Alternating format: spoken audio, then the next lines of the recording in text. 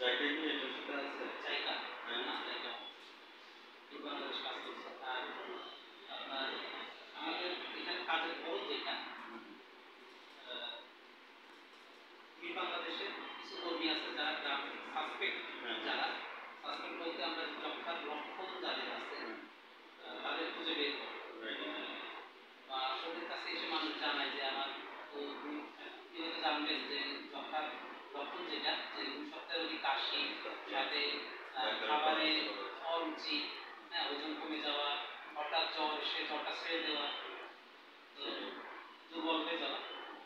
তো এই ধরনের লক্ষণ আসলে প্লাস আমরা এখন মানুষকে বলি যে এত কিছু দরকার নেই, যদি আপনার 2 সপ্তাহের বেশি অধিক সূক্ষ্ম কাশি থাকে তাহলে আপনি একজন অন্তত যে চিকিৎসা দেয় তার কাছে আসেন, কারণ সে আপনাকে একটা সাজেশন দিতে পারবে কোথায় যেতে হবে। তো আমাদের এখানে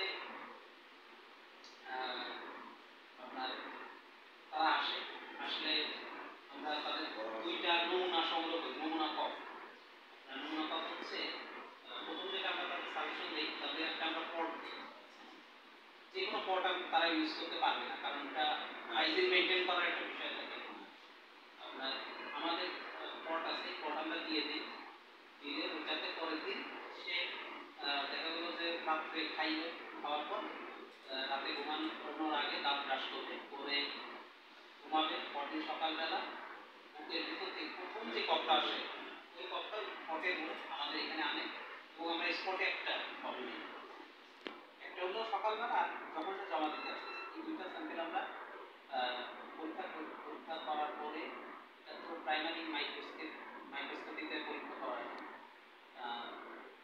মাইক্রোস্কোপিতে যদি আমাদের না আসে তখন আর যদি দেখি তার লক্ষণ আছে, পরীক্ষা করার সময় 2টা বিষয়ই করা।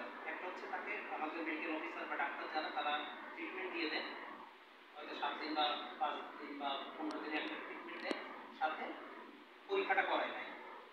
এখন ওই 7 দিন বা 15 দিনের যে দিচ্ছে মেডিসিনটা দিচ্ছে, এটাতে যদি না কমে আর আমার এখানে যদি পরীক্ষাতে না আসে, তখন আবার আমরা তাকে ফার্দার এক্সামিনেশনের জন্য আমাদের আরো ভালো আছে, যেটা আমার এই উপজেলাতে এখনো আসে নাই, জিন এক্সপার্ট করে। সেটা আপনার সুনামগঞ্জ জেলাতে কক্সবাজারে যে আছে নবীনগর, সেখানে অ্যাভেলেবেল। সেখানে আপনার